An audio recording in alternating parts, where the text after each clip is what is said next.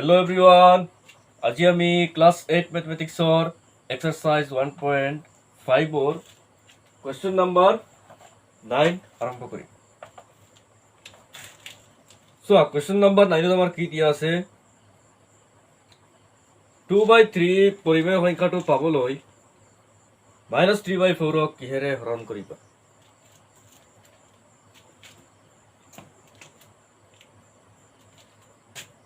Question number 9 কি পাবলৈ গৈছে 2/3 পৰিমেয় সংখ্যাটো আৰু কাক হৰণ দিব লাগে -3/4 ক। ঠিক আছে, এতিয়া আমি যেটো সংখ্যাৰে হৰণ দিম সেই সংখ্যাটো ধৰা হ'ল সংখ্যাটো x, কাৰণ আমি এইটো নাজানো সেইকাৰণে আমি x ধৰি লৈছো। ধৰা হ'ল সংখ্যাটো x, এতেকে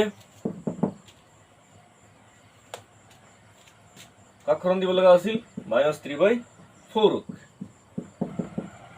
আৰু আহিব লাগে কি 2/3। ঠিক আছে,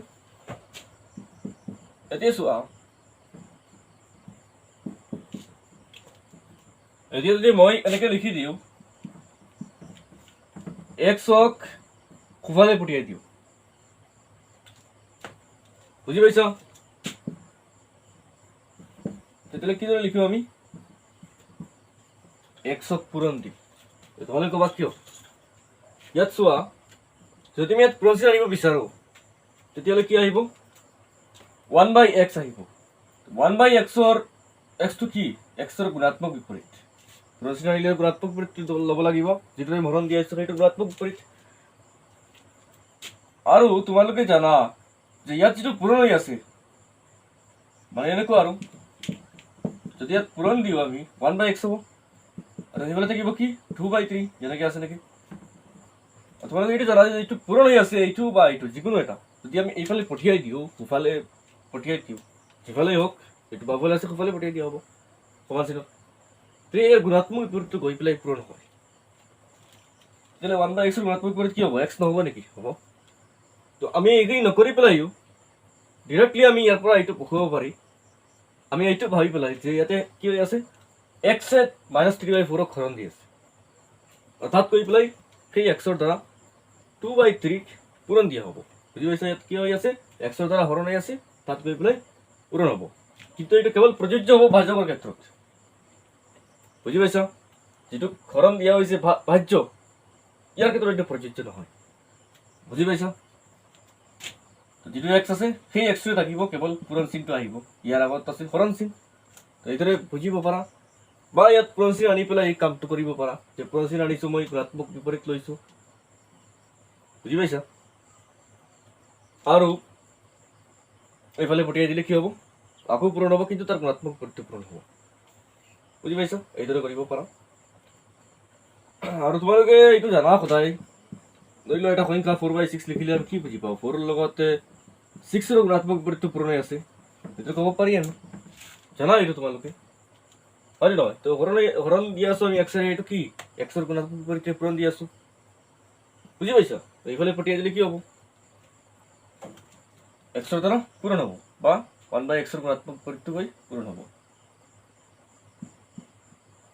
লাগিলে তোমালোকে ইয়াৰ পৰা এইটো আনিবলৈ যদি কঠিন লাগে তোমালোকে প্ৰথমতে এইটো আনিবা, পিছত এইটো ল'বা। বুজি পাইছা? এতিয়া চোৱা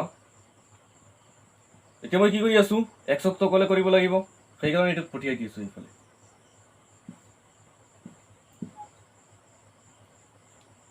এতিয়া কি হ'ব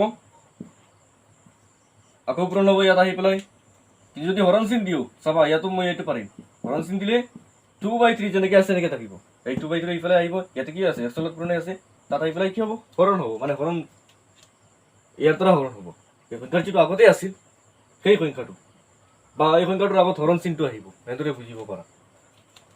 ঠিক আছে, আৰু যদি পূৰণ দিওঁ আমি তেতিয়াহ'লে গুণাত্মক বিপৰীতটো ল'ব লাগিব। 2/3 আছে 3/2 হৈ যাব। বুজি পাইছা?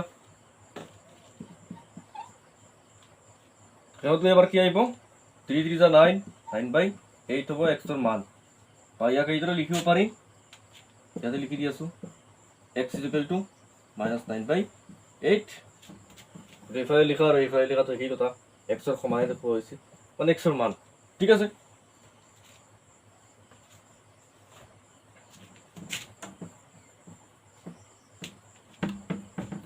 তোমালোকে মোক এইটো সুধিব পাৰা যে এই সংখ্যাটো মই এইফালে কিয় পঠিয়াই দিয়া নাই চোৱা এইটো পদ্ধতি হ'ব পাৰে কিন্তু কি হ'ব পাৰে মই দেখুৱাই দি আছো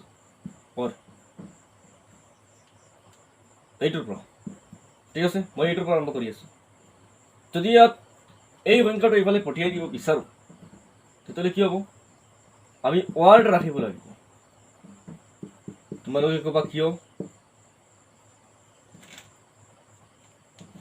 এইটো সংখ্যা আছে নহয় ইয়াতে আমি ধৰিব লাগিব কি 1/x ৰ লগত পূৰণ হৈ আছে ঠিক আছে বা এই সংখ্যাটো ইয়াৰ পৰা যদি আঁতৰাই এইফালে পঠিয়াই দিওঁ তেতিয়াহ'লে তাত গৈ পেলাই পূৰণ হ'ব কিন্তু তাৰ গুণাত্মক বিপৰীতটো পূৰণ হ'ব বা ইয়াৰ দ্বাৰা তাত গৈ পেলাই হৰণ হ'ব ইয়াৰ দ্বাৰা আগতে যিটো সংখ্যা আছে তাৰ লগত কি হ'ব তাক হৰণ কৰিব বুজি পাইছা 2/3 আগতে আছে নহয়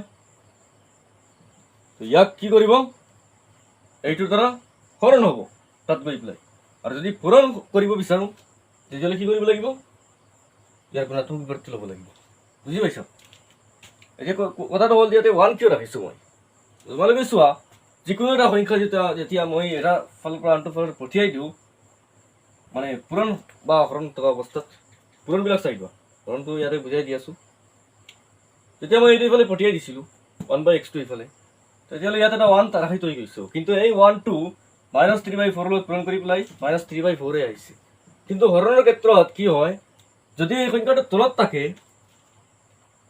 যেনেদৰে মই যদি এইটোৰ পৰা এইটো পাইছোঁ x টো এইফালে পঠিয়াই দিছোঁ হয়নে নহয় ইয়াত এটা 1 ৰাখি থৈ গৈছোঁ তোমালোকে জানা যে এটা সংখ্যাত যদি ভাজকটো 1 থাকে তেতিয়াহ'লে ভাগফলটোত কি আহিব এই ভাজ্যটোৱে আহি যাব বুজি পাইছা মানে 2/1 মানে কি 2 তো ইয়াত 1 টকা আৰু নটকা একেই কথা কিন্তু এই সংখ্যাটো এই 1টো যদি ইয়াত থাকে কি হৈছে মই সংখ্যাটো যদি ভাজ্য হৈ যায় 1টো যদি ভাজ্য হৈ যায় আৰু ইয়াত বেলেগ কোনো সংখ্যা থাকে তেতিয়াহ'লে ইয়াত 1 টকা আৰু নটকা একেই কথা নহয় কাৰণ 1ক 2 ডিভাইড কৰিলে যিটো সংখ্যা আহিব সেই সংখ্যাটো 1ৰে ডিভাইড কৰিলে একে নাহে বুজি পাইছা সেইকাৰণে 1টো আমি ইয়াত দেখিব লাগিব আছে বুলি তো এইদৰে আমি লিখিব পাৰি ইয়াক বুজি পাইছা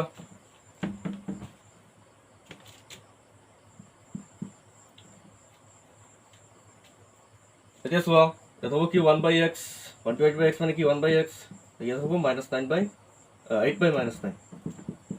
এতিয়া যদি বজ্ৰৰ পূৰণ আমি কৰি দিওঁ x ৰ লগত 8 -9 ৰ লগত 1 তোমালোকে জানা এইটো কেনেকৈ কৰিব পাৰি আমি হয়নে তো কি আহিব ইয়াতে -9 আৰু ইয়াতে যাব কি 8x x গৈ পেলাই ইয়াত পূৰণ হ'ব -9 1 লগত পূৰণ হ'ব -9 হৈ যাব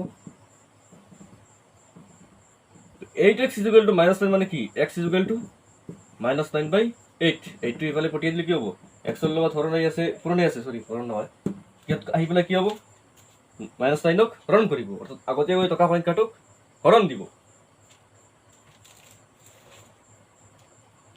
বুজি পাইছা হয় এইদৰে ধৰিব পাৰি যে ইয়াত পূৰণ হৈ আছে 8টো তাত গৈ পেলাই 8ৰ গুণাত্মক পূৰণ হ'ব নাইবা 8ৰে হৰণ হ'ব বুজি পাইছা তো কি আহিল -9/8 বুজি পাইছা তো তোমালোকে এইদৰে কৰিব পাৰা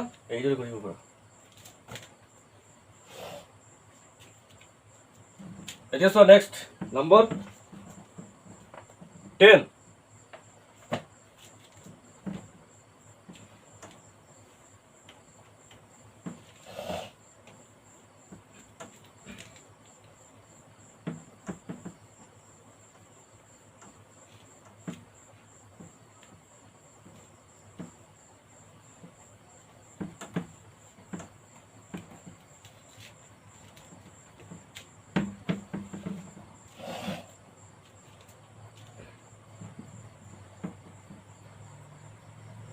নম্বৰ 10 কি কৰিছিল আমাৰ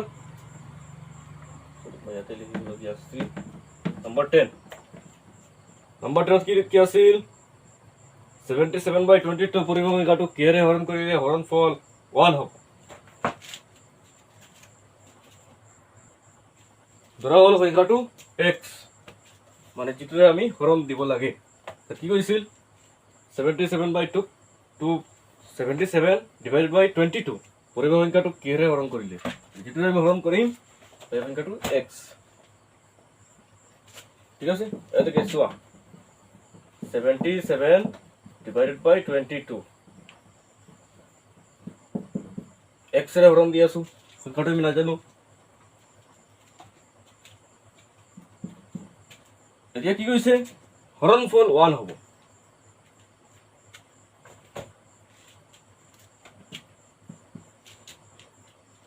এতিয়া চোৱা আমি দুটা পদ্ধতি আগতে কৰিছিলো হয় নহয় যিকোনো কৰিব পাৰা যদি মই এইটো পঠিয়াই দিওঁ ইফালে এনেদৰে আৰু আগৰটোৰ নিচিনা তেতিয়াহ'লে ইয়াত 1 ৰাখিব লাগিব আৰু এইটো নিপ্লাই এনেকে লিখিব পাৰি বুজি পাইছা যদি তোমালোকে ক'বা যে মই এক্সটো ইফালে যদি পঠিয়াই দিওঁ তেতিয়াহ'লে মই কি লিখিছিলোঁ আগতে এক্সৰে হৰণ দিছিলোঁ নে পূৰণ দিছিলোঁ অবভিয়াছলি পূৰণ দিম কাৰণ ইয়াত এক্সৰ দ্বাৰা ইয়াক কি কৰা হৈ আছে হৰণ দিয়া হৈ আছে এক্সৰ দ্বাৰা কিন্তু ই কি হৈ আছে ই কাৰোবাক হৰণ দি আছে নেকি নহয় যদি কওঁ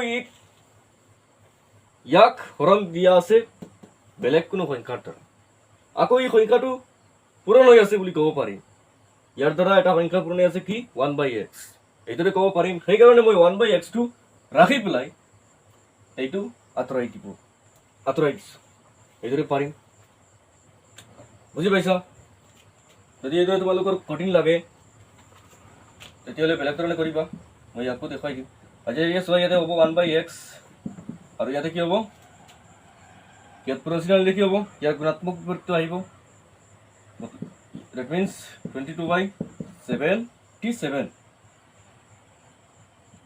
তো যেটো হ'ব x is equal to আচ্ছা এইটো পিছত লিখিম 1/x লিখি দিওঁ 22/77 x is equal to কিমান হ'ব 77/22 তোমালোকে এটা কাম কৰিবা শৰ্টকাট মত ৰাখিবা যে এইদৰে ক্ৰছ মাল্টিপ্লিকেশ্যন কৰিব পাৰিবা বজ্ৰ পূৰণ নাইবা এইদৰে মত ৰাখিব পাৰিবা যে দুইফালে দুটা সংখ্যা আছে নহয় এই দুইটাৰ গুণাত্মক বিপৰীত একেলগে ল'ব লাগিব ইয়াত 1/x ৰ গুণাত্মক বিপৰীত আৰু ইয়াত 22/77 ৰ গুণাত্মক বিপৰীত একেলগে লৈ ল'লে হৈ গ'ল তো x ৰ 1/x ৰ গুণাত্মক বিপৰীত x আৰু 22/77 ৰ গুণাত্মক বিপৰীত হ'ব 77/22 বুজি পাইছা এইদৰে ল'ব পাৰা বা তোমালোকে এইদৰে বুজি নাপালে বজ্ৰ পূৰণ কৰিলেই হ'ল ঠিক আছে এতিয়া চোৱা আমাৰ এইদৰে কৰিব পাৰোঁ কি আছিল 77/22 divided by x is equal to 1 ইয়াতে পূৰণ আহিলে কি হ'ব x ৰ গুণাত্মক বিপৰীত আহিব এতিয়া যদি 1/x ইফালে পঠিয়াই দিওঁ কি হ'ব 1 ৰ লগত x পূৰণ হ'ব হয় নহয় ইয়াত 1/x পূৰণ আছে তাত ইফালে 1/x ৰ গুণাত্মক বিপৰীত x পূৰণ হ'ব শেষত কি হ'ব x into 1 x মানে কি x is equal to 77/22 তোমালোকে এইদৰে কঠিন লাগিলে তোমালোকৰ এইদৰে কৰিবা ঠিক আছে ইয়াত তোমালোকে চোৱা এনসাৰটো x is equal to ইয়াতে কেনসেল আউট কৰিব পাৰিম দুইটা কাটিলে কি হ'ব 11 আঁতৰি যাব কি থাকিব কি 7 থাকিব 2 মানে 7/2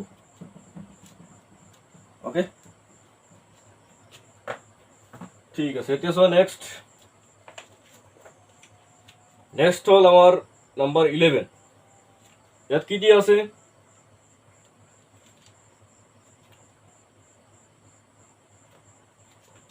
ফাইভ 1/2 মিটাৰ কাপোৰৰ দাম 76/7 টকা হ'লে প্ৰতি মিটাৰ কাপোৰৰ দাম কিমান ঠিক আছে মানে ইয়াত 5 সমস্ত 2 ভাগৰ 1 মিটাৰ কাপোৰৰ দাম 7 সমস্ত 7 ভাগৰ 6 টকা 7 ভাগৰ 6 টকা হ'লে প্ৰতি মিটাৰ কাপোৰৰ দাম কিমান?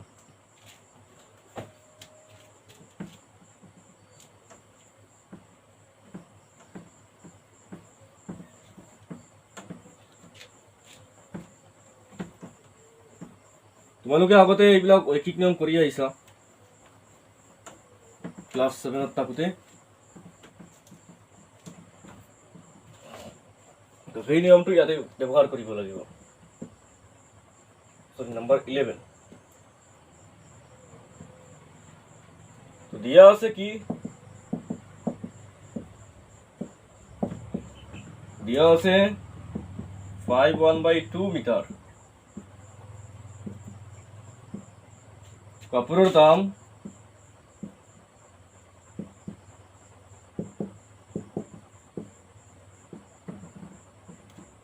কিমান? 7/6/7 টকা। এতিয়া প্ৰতি মিটাৰ মানে কি? প্ৰতি 1 মিটাৰত কিমান? বুজি পাইছা? প্ৰতি মিটাৰ কৈছে নহয়, একোতো দিয়া নাই বোলে প্ৰতি 5 মিটাৰ, প্ৰতি 6 মিটাৰ, একোতো দিয়া নাই। ইয়াৰ অৰ্থ হ'ল প্ৰতি 1 মিটাৰত কিমান? 5 সমস্ত 2 ভাগৰ 1 মিটাৰ। ইয়াত যদি 1 হৈ যায়, 1 মিটাৰ হৈ যায়, তেতিয়াহ'লে এই দামটো কমিবই নাই। ইমানখিনিৰ দাম যদি 5 সমস্ত 2 ভাগৰ 1 মিটাৰৰ কাপোৰৰ দাম যদি এইখিনি হয়, তেতিয়াহ'লে ইয়াত 1 মিটাৰ কাপোৰৰ দাম ইয়াতকৈ কম হ'বনে নাই? বেছি হ'ব, হয় নহয়? এতেকে যদি কাপোৰৰ পৰিমাণ কমে, তেতিয়াহ'লে ইয়াৰ দাম কমিব। পাই আহিছে ক্লাছ 7ত। 1 মিটাৰ হৈ গ'ল, 1 মিটাৰ কাপোৰৰ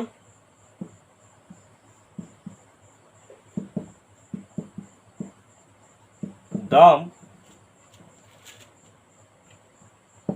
তেতিয়া আমি কি কৰোঁ? কমিলে হৰণ দিওঁ। ঠিক আছে, আমি কি কৰিম? ইয়াত 1 আহিছে, 1 মিটাৰ হৈছে, গতিকে আমি এই সংখ্যাটোৰে আমি টকাক হৰণ দিম। বুজি পাইছা?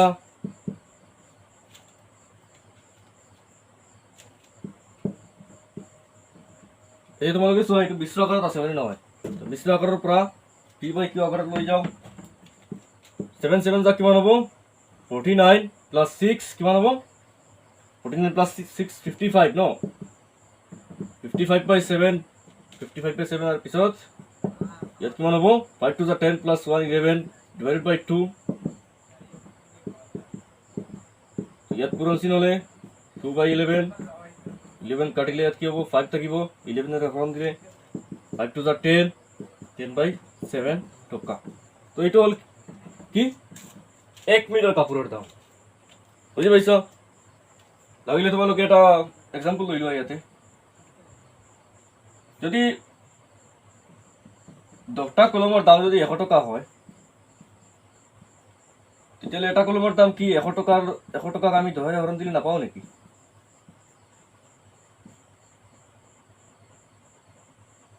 এক মিনিট, ঠিক আছে, 10 টকা কলম হ'ব ন? এটা কলমৰ দাম 10 টকা হৈ যাব। বুজি পাইছা? যদি 10টা কলমৰ দাম 100 টকা হয়, তেতিয়াহ'লে এটা কলমৰ দাম 10 টকাত পৰিব। এইদৰে আমি আনিবলৈ হ'লে কি কৰিব লাগে? আমি হৰণ দিব লাগে। বুজি পাইছা? কাৰণ ইয়াত এটা ৰাশি কমিলে আনটো ৰাশিও কমে, এটা ৰাশি বাঢ়িলে আনটো ৰাশি বাঢ়িব। মানে মিটাৰ যিটো পৰিমাণ আছে, পৰিমাণটো বাঢ়িলে টকাও বাঢ়িব। বুজি পাইছা?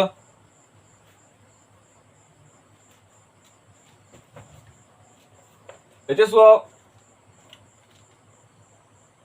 Next question number 12।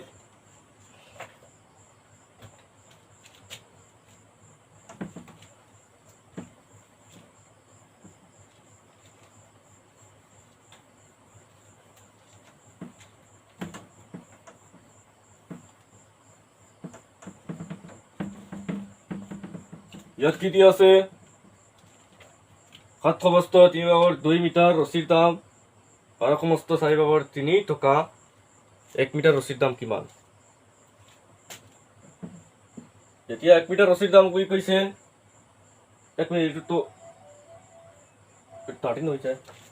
সৰি মই 12টো দিবলগীয়া আছিল ন? নাম্বাৰ 12 আছিল কি 10 সমস্ত 2 ভাগৰ 1 কুইণ্টেল ধানৰ দাম 4200 টকা হলে প্রতি কুইন্টাল ধানের দাম কিমান? প্রতি কুইন্টাল মানে কি প্রতি 1 কুইন্টাল ধানের দাম কিমান? তোমার দিয়া আছে কি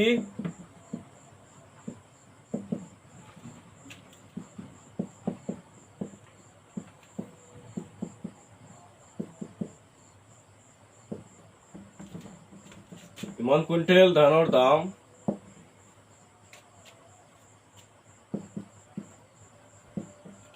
4200 টাকা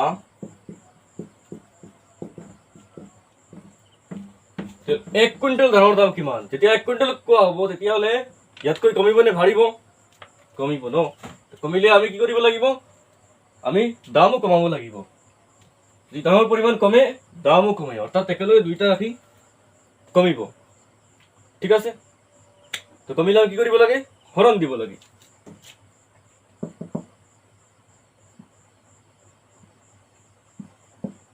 এক কুইন্টাল ধানৰ দাম ন,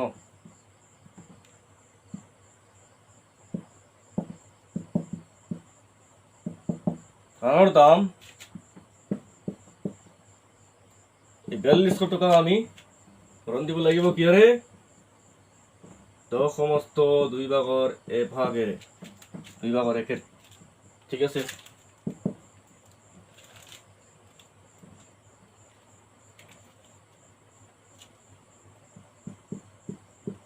যেতিয়া পূৰণ দিন কি হ'ব? আচ্ছা, প্ৰথমতে ইয়াৰ মিশ্ৰ আকাৰটোৰ পৰা পি বাই কিউ আগত লৈ যাওঁচোন। কি হ'ব ইয়াতে? 10 to the 20 plus 121 upon 2 21/2 হলে যদি ইয়াৰ ঋণাত্মক বিপৰীত লওঁ কি হ'ব? 2/21। এতিয়া চোৱা 21 আৰু 42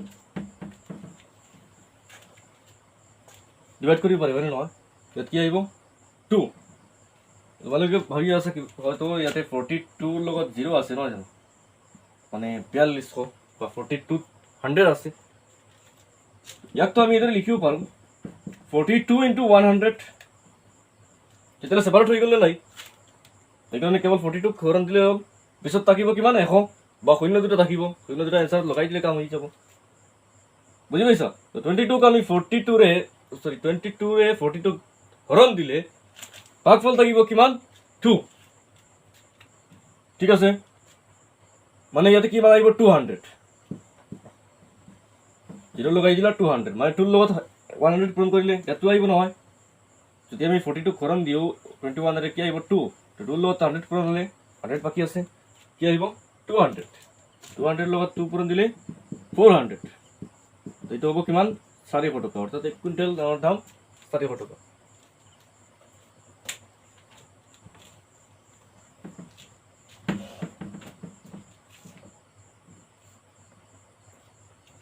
Yes, so next 13 7 2/3 লিটাৰ ৰছীৰ দাম 12 3/4 টকা। 1 মিটাৰ ৰছীৰ দাম কিমান?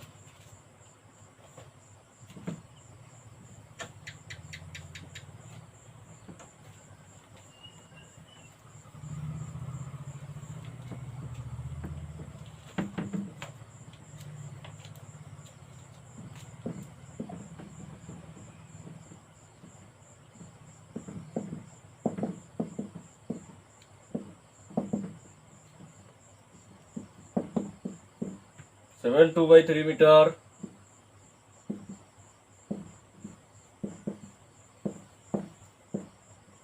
ৰছীৰ দাম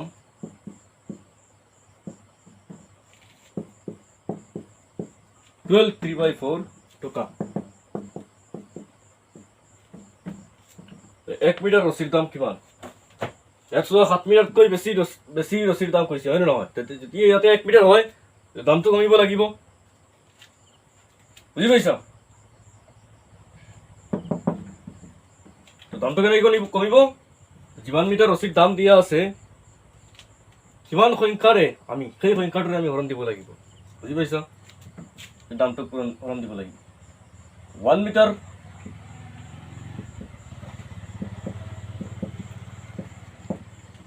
ৰছীৰ দাম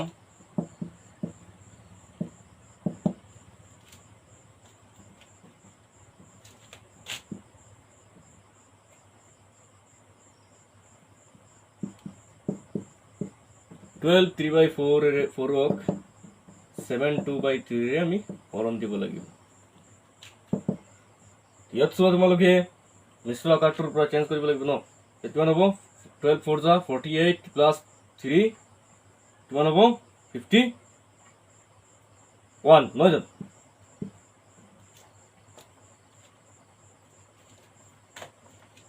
তলত থাকিব 4 আৰু ইয়াতে 7 3 যা 21 প্লাছ 2 23।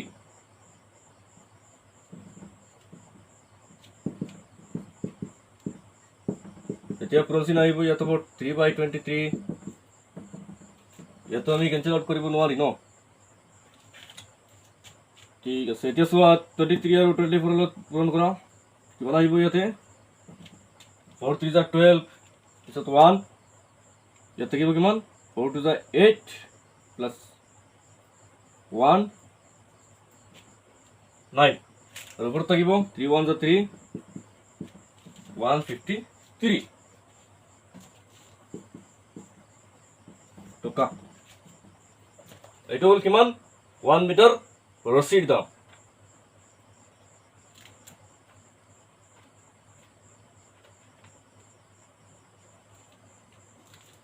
ঠিক আছে,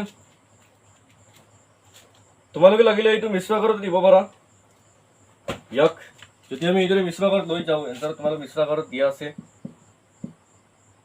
মিশ্ৰ সংখ্যাত তোমালোকে ইয়াক ডিভাইড কৰি লোৱাচোন, এবাৰ যাব ন 92 কিমান থাকিব ইয়াতে 1 ইমান ইয়াত থাকিব 66 থাকিব বাকী 61। এইদৰে লিখিব পাৰা 1 to দি পেলাই এক সমস্ত ভাগফল 1 আহিছে নহয়, আৰু 92 যেনেকৈ আছে এনেকৈ থাকিব আৰু বাকীটো থাকিব ওপৰত। বুজি পাইছা? এইদৰে আমি লিখিব পাৰি। মিশ্ৰ আকাৰত নিয়াটো তোমালোকে জানা, ভগ্নাংশ নিয়া তোমালোকে আগতে দিছিলা অপ্ৰকৃত ভগ্নাংশৰ পৰা মিশ্ৰ ভগ্নাংশলৈ, এনেকৈ ইয়াতো হ'ব। ঠিক আছে, আজিলৈ ইমানেই থাকক। নেক্সট আমি কুৱেশ্যন নম্বৰ 14 পৰা আৰম্ভ কৰিম।